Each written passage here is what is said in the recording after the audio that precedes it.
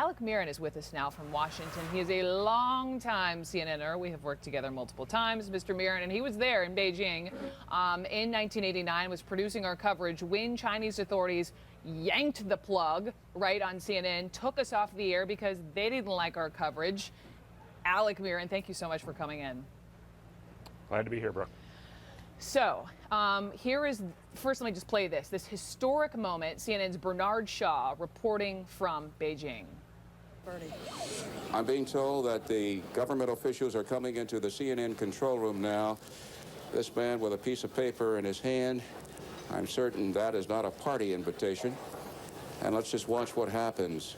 Alec Miran is appealing to this official, and this official is calling his bosses at whichever office he's calling. What you are telling me, what the government is telling me, is that we were given permission for a 1-week lease to bring our Earth station in here. You're not saying that. You're saying we were only allowed to come in to cover the Gorbachev visit. How about all the other stories we did about China that didn't concern Mr. Gorbachev? Yes. That has nothing to do with you? Then why does this have anything to do with you? Wow, Alec Miran, May of 1989. I mean, just watching you watch that. I mean, before we even talk about what were these pictures out of Hong Kong, can you just take me back to that day? Take me back to that day in Beijing and how it foreshadowed what was to come on June 4th. Well, we had originally gone to cover the visit of Mikhail Gorbachev to China. First time that the two most powerful communist nations in the world had met. It was a big deal for us.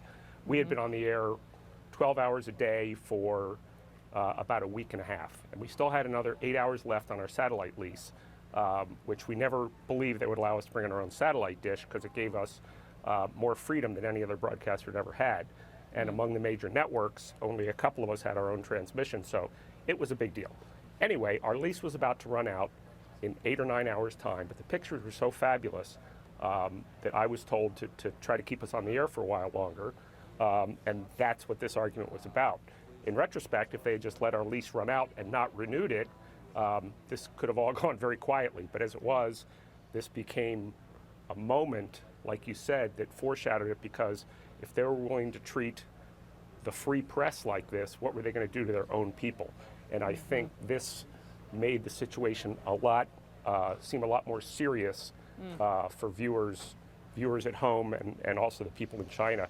As a matter of fact, I'll never forget, about 20 minutes after we were shut down, and I was in the hotel elevator, and there was a hotel employee who was very young, a woman, and she said, thank you for what you did. And I said, I didn't do anything, the students did it. And she said, well, they weren't going to come in while you were watching. And so we continued to watch, but we weren't live, and you know, I guess for some ways it was a foreshadowing.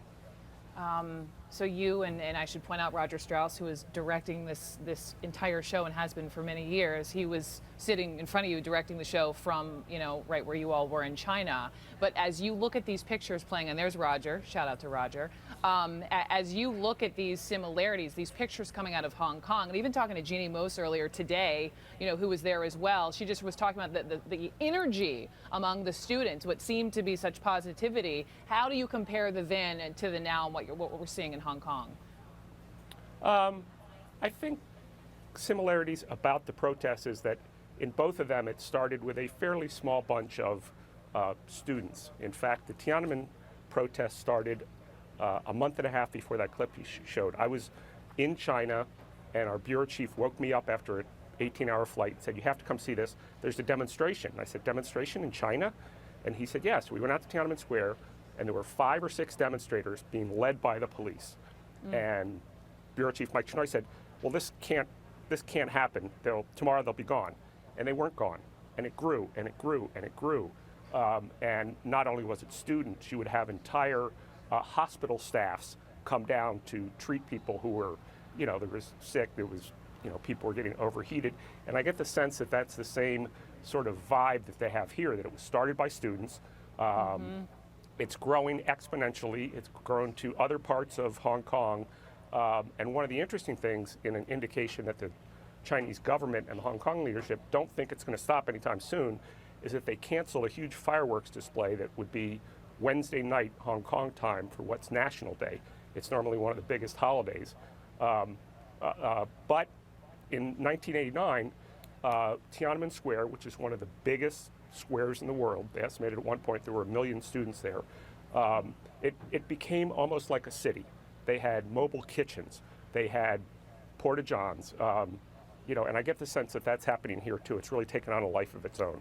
Taking over highways, sea of people as far as the eyes can see, but then of course what you saw in Tiananmen Square within what the unthinkable, the martial law, the tanks, and what ensued, hoping nothing like that obviously happens in Hong Kong. But when you look at the pictures, there are certainly similarities. Alec Marin, thank you so much for coming in today to DC. We truly, truly appreciate you, my friend, and my colleague. I appreciate it. And Roger Strauss, thank you, sir, as well.